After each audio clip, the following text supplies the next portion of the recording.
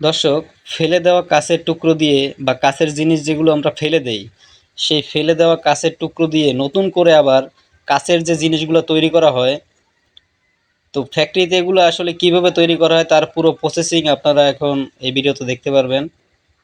দেখুন, এগুলো কিন্তু একটা বাতিল পরিত্যক্ত যে কাঁচের টুকরোগুলো আছে, এগুলো আসলে মেশিনের সাহায্যে যত সিস্টেম প্রসেসিং করা হয়, তারপরে আর কি নতুন নতুন কাঁচের জিনিসগুলো তৈরি হয়ে মেশিন থেকেই আবার বের হয়।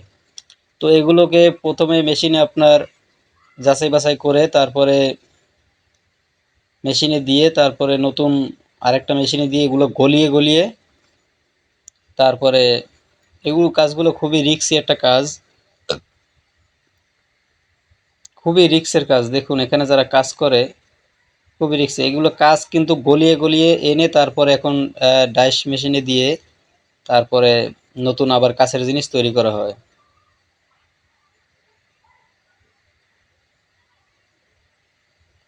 দেখুন এখানে ডাইস মেশিনে গলিত কাচ দিয়ে দেখেন কত সুন্দর করে আবার নতুন কাচের মতো হয়ে গেছে এখন।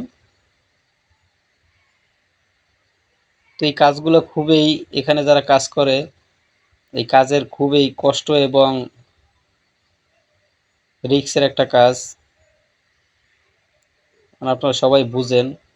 দর্শক, ভিডিওটা যদি ভালো লেগে থাকে তাহলে আপনার বন্ধুদেরকে দেখার সুযোগ করে দিবেন শেয়ার করে।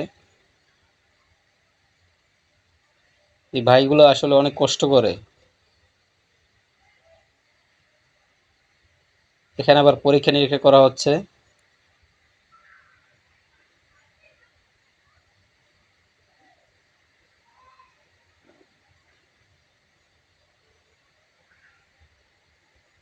তো এটাকে পরীক্ষা করে দেখা হচ্ছে যে এটা ঠিক আছে কিনা সম্পূর্ণ।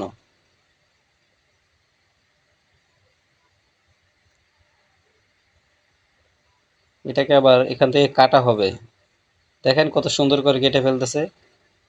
বাহ বাহ। আবার যে বাদবাকি অংশটা থাকে সেগুলোকে ফেলে দিয়ে আবার মেশিনে দিয়ে আবার নতুন করে এরকম কাঁচের জিনিস তৈরি করা হবে।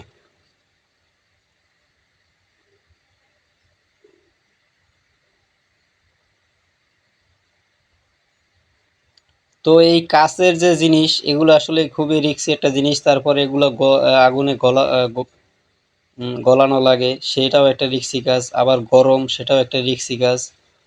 তো সব মিলিয়ে আসলে কাজটা খুবই কষ্টদায়ক একটা কাজ।